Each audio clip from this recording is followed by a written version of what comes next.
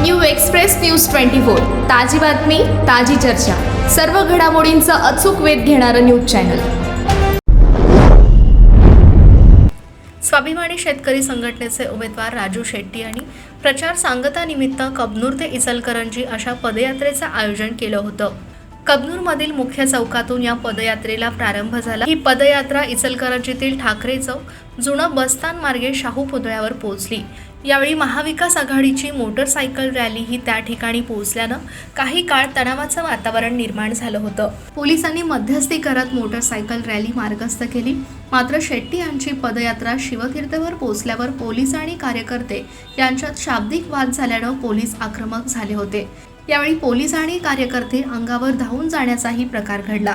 यावेळी शिवतीर्थावर मुख्यमंत्री पोहोचल्यानं दोन्ही बाजूनं घोषणाबाजी सुरू झाली। त्यानंतर स्टेशन रोडवरून आवळे मैदानावर पोहोचल्यावर पदयात्रेची सांगता झाली। त्या ठिकाणी झालेल्या सभेत विकास चौगुले, बजरंग लोणारी, जालिंदर पाटील यांनी मनोगत व्यक्त केलं। पंडू पाटील यांनी ज्या गावात शेट्टी यांना उच्चांकी मतदान मिळाले त्या गावास 1 किलो चांदीची शिट्टी भेट देणार असल्याचं जाहीर केलं।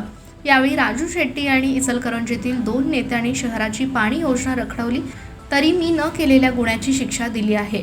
मात्र इचलकरंजीचा पाणी प्रश्न मी सोडवणार असून त्यासाठी जन आंदोलन उभारणार आहे। त्यासाठी मला मतदान करण्याचं त्यांनी आवाहन केलं। या पदयात्रेत आणि सभेत पंचक्रोशीतील शेतकरी मोठ्या संख्येने सहभागी झाले होते। पदयात्रा आणि सभेस्थळी शेतकऱ्यांच्या हातातील फलक लक्ष वेधून घेत होते।